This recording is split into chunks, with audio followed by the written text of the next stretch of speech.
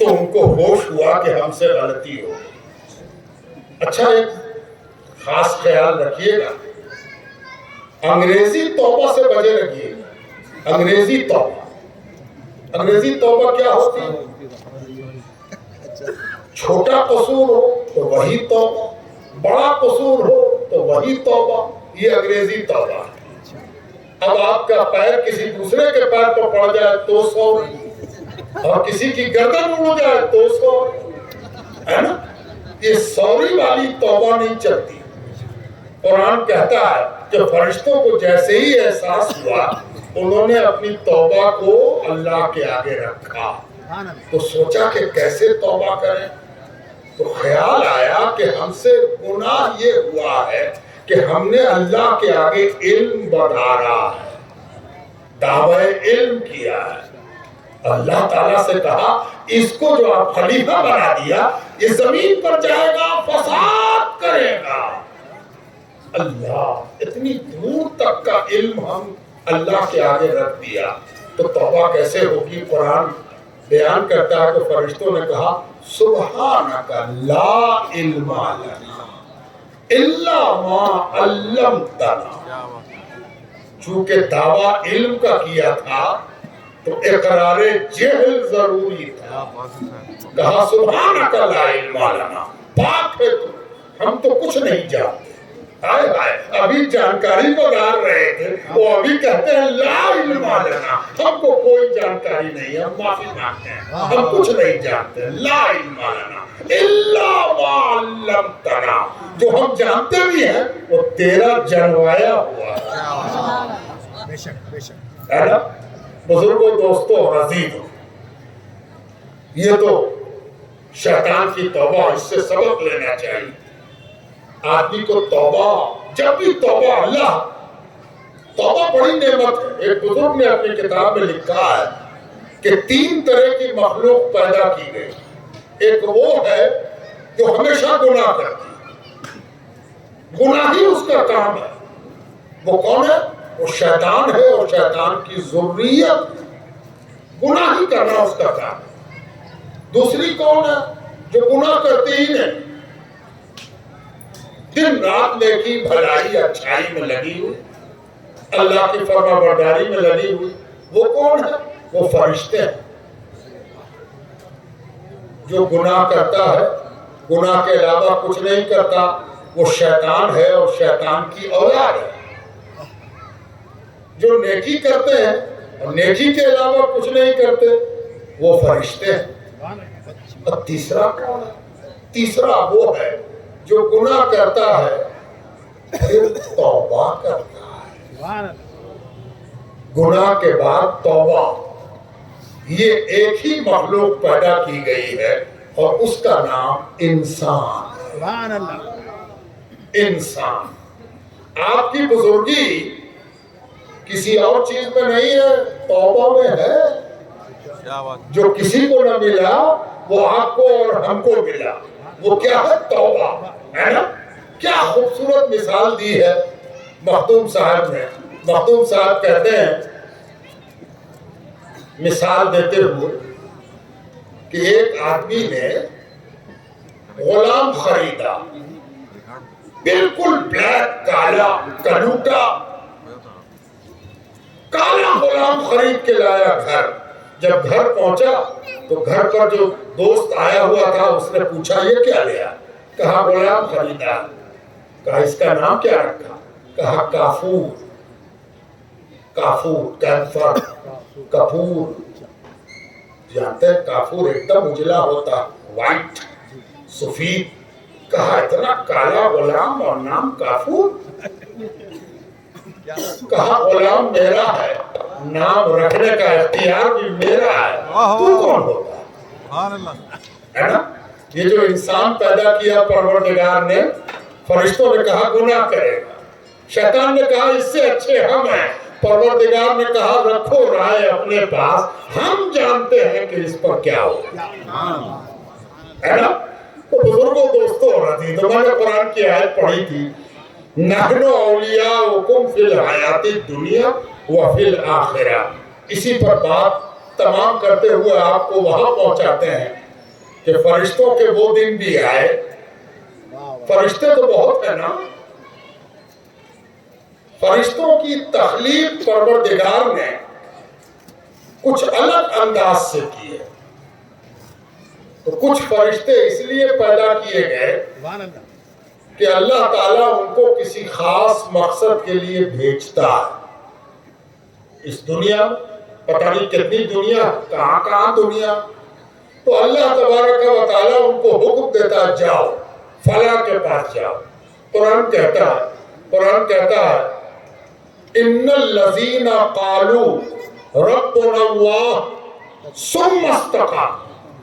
بلا شبہ جن لوگوں نے یہ کہا, دعویٰ کیا کہ اللہ ہمارا رب ہے, ثم استقاموا, پھر اس پر ڈٹ گئے. اس سے پتہ چلا ایمان والو, یہ پتہ چلا کہ اللہ کو رب کہنے کے بعد امتحان ہوتا ہے. اتنا سستا نہیں ہے اللہ کو رب کہنا. یہ جو زمانہ خلاف جا رہا ہے اس کو اپنا امتحان سمجھو. یہ اس چیز کا امتحان ہے کہ تم نے اللہ کو اپنا رب کہا. ہر زمانے میں امتحان ہوا. کوئی نبی ایسا نہیں آیا جس نے رب اللہ کہا ہو اور اسے گھر سے نکالا نہ گیا. کوئی نبی ایسا نہیں جس پر ظلم نہ ہوا, بربریت نہ ہوئی. اگر نہ ہو تو پھر سے توبہ کر کے اللہ کو رب کہو, اور رب کہنے پر آزمائے جاؤ تو اپنی قسمت پر ناز کرو کہ ہم وہ ہیں کہ اللہ کو رب کہا اور ہم سے آزمائش ہوئی اور ہو رہی ہے. تو یہ بڑی بات. اللہ تعالیٰ فرماتا ربنا اللہ, جنہوں نے کہا کہ اللہ ہمارا رب ہے, پھر جب ان کو آزمایا گیا ثم استقاموا, تو اپنے دعوے پر ڈٹے رہے, ادھر سے ادھر نہیں ہوئے. ثم استقاموا, کربلا کے میدان میں ڈٹے رہے, ادھر سے ادھر نہیں ہوئے. سب کو کاٹنے میں کاٹ دو. ربنا اللہ, اللہ ہمارا رب ہے. علی اصغر کو جب تیر لگا تو راوی کہتا ہے کہ حضرت امام حسین نے علی اصغر کو رکھا اور ان کے خون سے بھرے ہوئے اپنے چلو کو آسمان کی طرف اچھالا, خون کو اچھالا اور فرمایا اے رب اگر تو راضی ہے تو میں بھی راضی ہوں, اگر تو راضی ہے تو میں بھی راضی ہوں. ربنا اللہ ثم استقاموا, جب اللہ کو رب کہا ہے تو ڈٹے ہوئے ہیں, ادھر سے ادھر ہونے کا سوال نہیں. اور جب ڈٹے رہو گے تو سنو تتنزل علیہم الملائکہ, فرشتے تم پر اترے ہیں. فرشتے صرف نبی پر نہیں اترتے, نبی کی راہ پر ڈٹ جانے والے پر بھی اترتے ہیں. تتنزل علیہم الملائکہ, ان پر فرشتے اترتے ہیں. اگر کوئی تکلیف میں اپنے رب کی طرف دیکھتا ہے اور اس کا کلمہ اپنی جگہ پر اور مضبوط ہو جاتا ہے تو بغیر فرشتہ اترے ہوتا ہے. ایک دو بار آزمایا گیا, ایسی آزمائش ہوئی ہے صحابہ کرام سے, اولیاء اللہ سے, ایسی آزمائش کی اللہ کی پناہ, ڈٹے ہوئے ہیں. تتنزل علیہم الملائکہ, فرشتے اترتے ہیں اور اتر کے کیا کہتے ہیں, آئے ہائے ہائے, اتر کے کہتے ہیں اللہ تخافوا ولا تحزنوا وابشروا بالجنۃ التي کنتم توعدون. بڑی خوبصورت بات. آپ نے بہت سی تقریر سنی ہوگی کہ اولیاء کو ڈر اور خوف نہیں ہوتا. لا خوف علیہم ولا هم يحزنون, قرآن کی مشہور آیت, لیکن اس کو قرآن کی دوسری آیت سے سمجھنا ہے کہ کیا اصل حقیقت ہے. اللہ تعالیٰ فرماتا ہے کہ ہم فرشتے اتارتے ہیں, اور فرشتے اتر کے کیا کہتے ہیں, مت ڈریے, مت گھبرائیے. اس سے پتا چلا کہ اولیاء وہ ہیں جو سب سے زیادہ اللہ سے ڈرتے ہیں. سب سے زیادہ اللہ سے ڈرتے ہیں. اور ڈرنے والے ولی پر فرشتہ اتر کے کہتا اللہ تخافو مت نہ ڈریے ولا تحزنوا مت نہ گھبرائیے وابشروا ارے ہم تو آپ کے لیے بشارت لے کے آئے ہیں. کس چیز کی؟ جنت کی بشارت لے کے آئے کہ وہ آپ ہی کے لیے بنی ہے، آپ ہی کے لیے بنی ہے. اچھا ذرا رکیے، یہ ولی ہے اور ولی کسی کے کہنے سے اللہ سے ڈرنا نہیں چھوڑتا. فرشتہ کہے جاتا ہے یہ ڈرے جاتے ہیں. ان کے ڈرنے میں کوئی کمی نہیں آتی. یہ ڈرنے کی نقالی نہیں کر رہے ہیں کہ کسی کے کہنے سے نقل چھوڑ دیں. ان کی اصلیت ہے اللہ سے ڈرنا. یہ اللہ سے ڈرتے ہیں، ہے نا؟ اللہ تخافوا ولا تحزنوا وابشروا بالجنۃ التي کنتم توعدون. فرشتوں کو آج پتا چلا کہ ہم کو خلق کیوں کیا گیا. تمہاری تخلیق اسی لیے ہوئی تھی کہ میرا نبی آئے گا اور نبی کی امتی میں ولی آئے گا اور ولی کے پاس تم کو بھیجیں گے اور تم جاؤ گے اور یہ پیغام سناؤ. جب پیغام فرشتہ سنا لیتا ہے، توجہ چاہو، تو فرشتوں کو دل میں آتا کہ اپنی بات بھی کچھ کہہ دے. اللہ کی بات تو سنا دیا، اللہ کا پیغام تو سنا دیا. آیا ہے نا؟ آپ کو کوئی کہے مردان علی صاحب کے یہاں جاؤ گے تو سلام کرو گے تو میرا بھی سلام کہہ دیں. تو آپ پہلے تو اپنا سلام کہیے، ہے نا؟ اس لیے کہ آپ خود سلام کرنے آئے. اس کے بعد کہیے گا حضرت فلاں نے بھی سلام کہا ہے، اس کا بھی سلام آپ قبول کیجئے. یہاں بالکل الٹا، فرشتوں نے پہلے اللہ کا پیغام پہنچایا، یہی اطاعت کا تقاضا ہے. اس کے بعد اپنے دل میں جو بات آئی وہ بھی چاہا کہ کہتے ہیں. اور قرآن نے اس کو بھی نقل کیا. جانتے ہیں فرشتوں نے کیا کہا؟ نحن اولیاؤکم فی الحیات الدنیا وفی الآخرہ. سنیے نا اللہ کے ولی، اے اللہ کے ولی، آپ تو ولی ہو گئے. ہم لوگ تو چاہتے تھے کہ ولی ہو، نہ ہو سکے. تو ایک کام کیجئے نا، ہم اللہ کے ولی تو نہ ہو سکے، آپ کے ولی تو ہو جائے. کیا بات ہے، سبحان اللہ. نحن اولیاء، ہم آپ کے ولی ہیں، سبحان اللہ. اس دنیا میں بھی اور اس دنیا میں بھی. یہ تو قبول کر لیجئے کہ کم سے کم ہم ولی اللہ کے نہ ہوئے تو ولی خدا کے ولی ہو. نحن اولیاؤکم فی الحیات الدنیا وفی الآخرہ.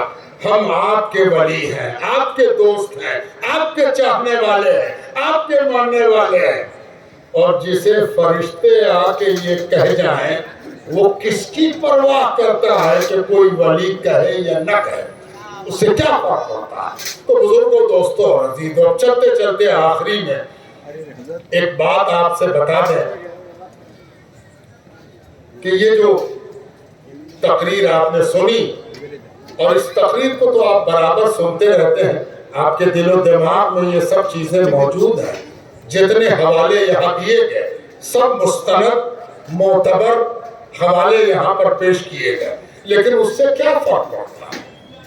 جس کے دل میں محبت ہے، جس کے دل میں محبت نہیں ہے، جب تک اللہ نہ چاہے گا محبت پیدا ہی نہیں ہو.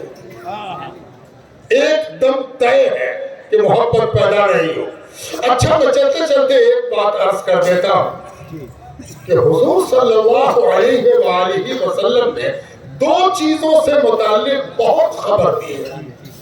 خبر جو حضور نے دی وہ دو چیزوں سے متعلق. ایک دی قیامت کے بارے میں، ایک دو حدیث نہیں ہے، بے شمار حدیث ہے. قیامت کی ہولناکی، قیامت کا منظر، حشر کا معاملہ. یہ اس لیے دیا گیا تھا کہ قیامت پر ایمان لانا آسان نہیں ہے. جس کو قیامت پر ایمان سچ مچ پیدا ہو گیا، اس کے لیے دنیا جنت ہو گئی. اس لیے قیامت پر زور دیا گیا. اور دوسری چیز بڑی توجہ کی ہے کہ حضور صلی اللہ علیہ وآلہ وسلم نے جس چیز پر سب سے زیادہ توجہ دی وہ تھے اہل بیت. اہل بیت کا حق سکھایا، اہل بیت کا معاملہ بتایا، اہل بیت کا رتبہ سمجھایا، اہل بیت سے محبت کے فوائد گنائے، اہل بیت سے نفرت کے نقصانات بتائے. میں جو بتانا چاہ رہا ہوں وہ نہیں بیان کر سکا، دوسری چیز بیان کرنی تھی. میں جب پڑھتا تھا تو میرے یہ بات سمجھ میں نہیں آتی، آج یہ بات سمجھ میں آنے لگی ہے اب کہ حضور نے جو اہل بیت کا اتنا تذکرہ کیا وہ اسی لیے کیا تھا کہ نفرت کی نیم پلیٹ لے لے کر جو لوگ کھڑے ہیں ہر چوراہے پر اور ہر بڑی بڑی عمارتوں میں، وہ اسی لیے کھڑے ہیں تاکہ حضور کے اہل بیت کی تعریف سمجھ میں آئے کہ کیوں کرتے تھے جبکہ نفرت کرنے والے اتنے زیادہ دنیا میں پائے جا رہے ہیں. ہر طرف یہی معاملہ ہے، یہی بحث چھڑی ہوئی، طرح طرح سے لوگ بات کر رہے ہیں. اور تب سمجھ میں آتا ہے کہ حضور صلی اللہ علیہ وسلم کی دو چیزوں کا انکار ہوتا، قیامت کا مذاق اڑتا اور اہل بیت کے رتبے اور مقام اور بلندی کا مذاق اڑتا ہے. یہ دونوں پر اگر آپ کو یقین ہے تو آپ کو نبی کی ذات پر اور ایمان ہے اور نبی کی ایمان پر ایمان ہے. اس لیے حضرت مردان علی شاہ صاحب رحمت اللہ علیہ کے عرس کی یہ مجلس مبارک ہو،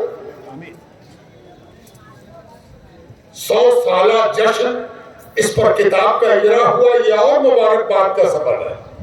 میں حضرت سے کچھ دنوں پہلے آ کے کہا تھا میں نے کہ حضرت ایک کتاب آنی چاہیے، ایک تذکرہ آنا چاہیے، اس لیے کہ بزرگوں کے حالات کے پڑھنے سے بھی رحمت کا نزول ہوتا ہے. صالحین کا ذکر رحمت کے نزول کا سبب ہے. قرآن کریم میں اللہ تعالیٰ نے صالحین بندوں کا تذکرہ کیا ہے اور کونوا مع الصادقین اسی لیے کہا گیا ہے کہ جب یہ کتاب آپ پڑھیں گے، جب یہ کتاب پڑھ کر سنیں گے، تقریر سننے میں بھی کیا ہوتا ہے، یہ بھی کونوا مع الصادقین ہے، سچوں کے ساتھ ہونے کا معاملہ یہاں بھی ہوتا ہے. میں امید کرتا ہوں کہ جو کتاب شائع ہوئی آگے بڑھ کر اس سے بھی زیادہ کچھ کام آگے بڑھے گا اور یہاں سے اہل بیت کی محبت پر بھی کتابیں شائع ہوں. اس لیے کہ ولی کا ایک دوسرا نام بھی ہے. جانتے ہیں ولی کس کو کہتے ہیں؟ مردان علی کو کہتے ہیں. جو مردان علی ہو گیا وہ ولی ہو گیا، سبحان اللہ، اور جو مردان علی نہ ہوا وہ ولی نہ ہوا. سبحان اللہ. ولی کہتے ہی ہیں اس کو جو مرد ہو اور مردان علی میں اس کا شمار. بہت سے مرد بھی اس لائق نہیں ہوتے کہ ان کو مرد کہا جائے، اور بہت سی خاتون ایسی ہوتی ہیں کہ وہ محبت اہل بیت اور پیروی اہل بیت میں اس طرح آگے بڑھتی ہیں کہ مرد کے مقام سے بھی آگے بڑھ جاتی ہیں. سبحان اللہ. اور یہ اللہ مرد بھی ہیں اور خواتین بھی ہیں، اللہ تعالیٰ ان کے رتبے بلند فرماتا ہے. تو میں حضرت شاہ صاحب کی صحت، تندرستی، طول العمری کی دعا کرتا ہوں. اللہ تعالیٰ ان کو سلامت رکھے اور ان کے سارے صاحبزادگان کو اللہ تعالیٰ محبت، اخلاص، اتفاق اور تقوی، پرہیزگاری، اہل بیت کی محبت، اولیاء اللہ سے تعلق عطا فرمائے. اب بھلا بتائیے حیدرآباد کی زمین پر حیدر کی محبت کا کیا تذکرہ کیا جائے؟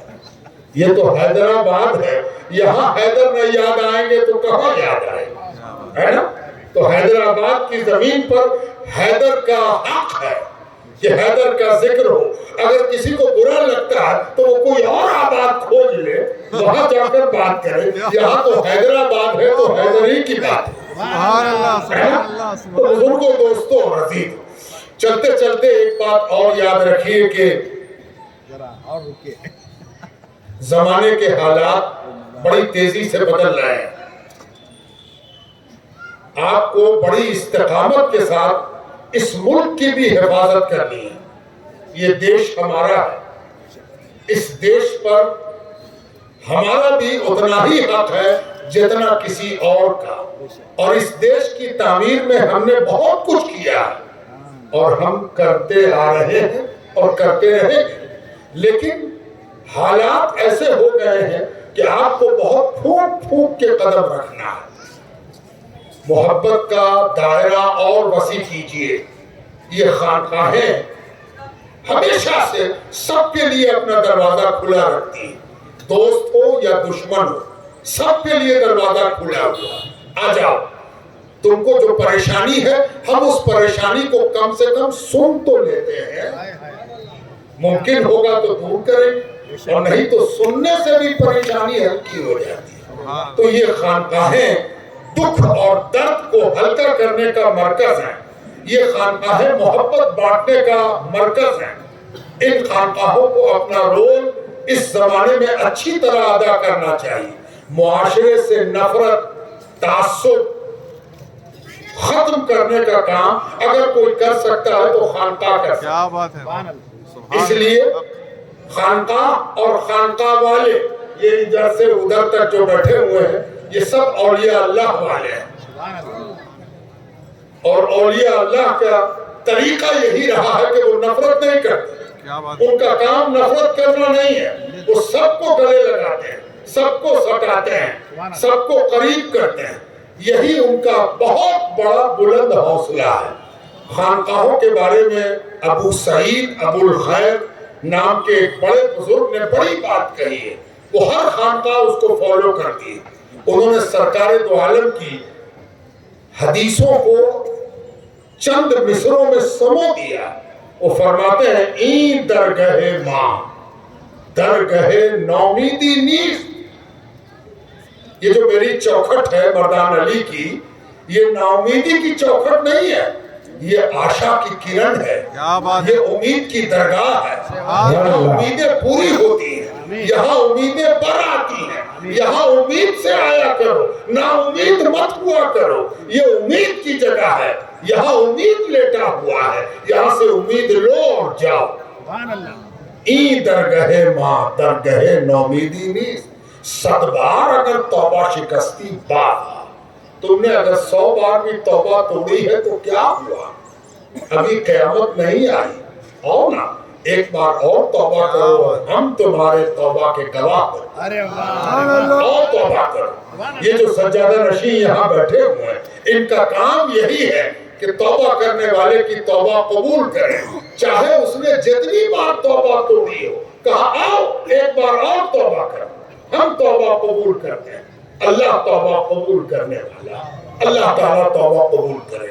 تو خانقاہوں کو اس دور میں اپنے کام کرنے کے ڈھنگ کو اور مضبوط کرنا ہے, زمینی سطح تک اتارنا ہے. حضرت کے تمام صاحبزادگان کو ایک نمونہ دنیا کے سامنے رکھنا ہے کہ یہ خانقاہ ہے اور اس کا دروازہ سب کے لیے کھلا ہوا ہے. یہ کام بہت ضروری ہے اور ابھی اس ملک میں خانقاہوں کا ہی رول ہے.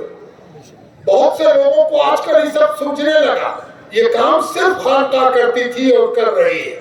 اس لیے اپنی خانقاہ کے دائرے کار کو اور وسیع کیجیے, محبت پھیلائیے, خلوص پھیلائیے, سب کے کام آئیے.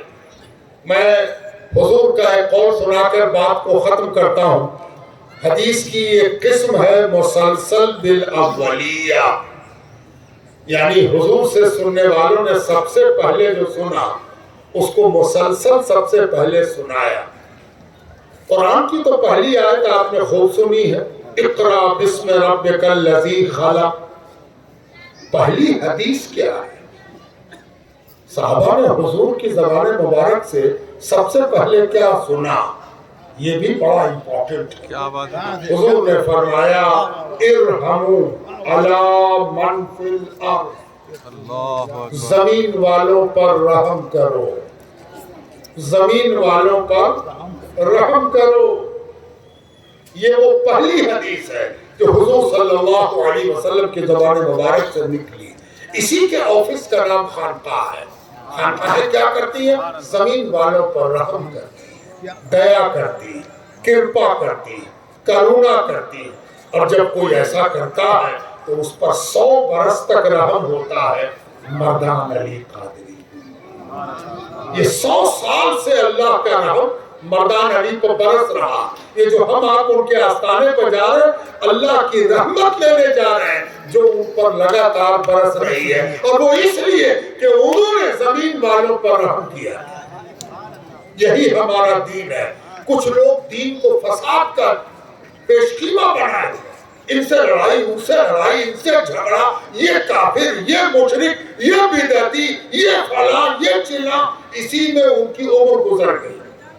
ان سے سوائے نفرت کے کوئی دوسری چیز نہیں بنتی۔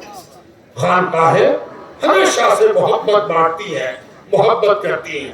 میں اکثر کہتا ہوں کہ خانقاہوں میں 3 نمونے ہیں۔ پہلا امام حسن ہے، دوسرے امام حسین ہیں، اور تیسرے امام زین العابدین ہیں۔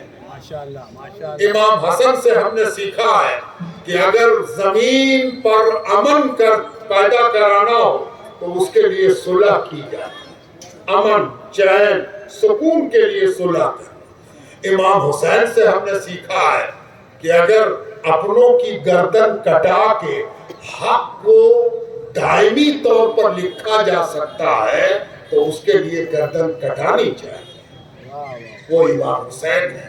اور تیسرے امام زین العابدین ہیں جو ہمیں یہ سکھاتے ہیں کہ زمانے میں کیسے مہربانی کی جائے، کیسے رحم کیا جائے، کیسے معاشرے کو بہتر بنایا جائے، یہ امام زین العابدین ہے۔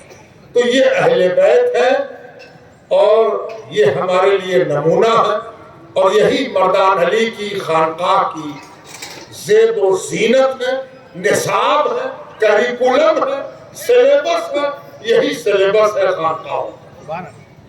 امام جعفر صادق کی تاریخ آپ کو مبارک ہو۔ اللہ تعالی حضرت امام جعفر صادق کے طفیل آپ پر خوب رحمت اور مرحمت اور فضل فرمائے۔ وَمَا عَلَيْنَا إِلَّا الْبَلَاغُ۔